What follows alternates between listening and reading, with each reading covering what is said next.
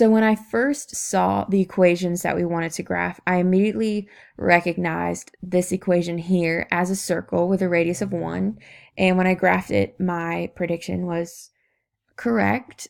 I then proceeded to just kind of predict what shapes or graphs these three equations would create. So looking at this power of 3 equation we have here, I assumed that it would follow a cubic graph just because of the 3's that I saw, and I thought that the power of 4 would create a quartic, and then similarly with the power of 5.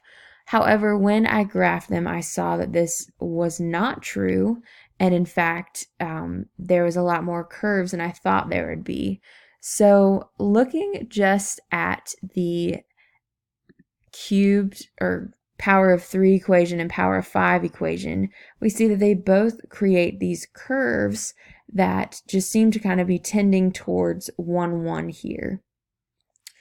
And when looking at the power of 2 and power of 4 equations, we see that this circle is kind of growing outwards or curving outwards towards the points 1, -1, -1, -1, 1, -1, and 1, 1.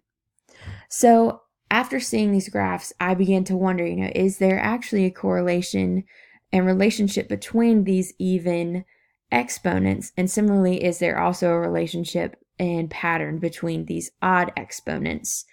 So I wanted to just dive deeper, and we were asked to then graph the power of 24 equation and power of 25 equation. So when I did, I noticed that the pattern still continued, that this, for the power of 24 and the even exponents, they continued to just grow outwards toward those 4 points.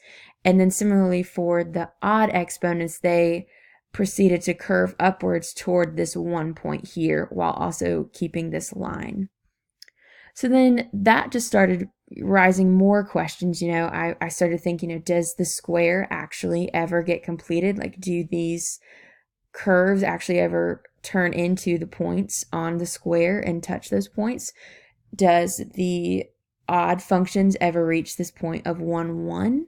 I also thought about some different things that we could think about too. Just what happens when the exponents are negative? What about the exponents that are between 0 and 2? And what about the occurrence of when x and y are actually the absolute value? So these are the questions that I wanted to explore throughout this problem and see if I can just discover some answers.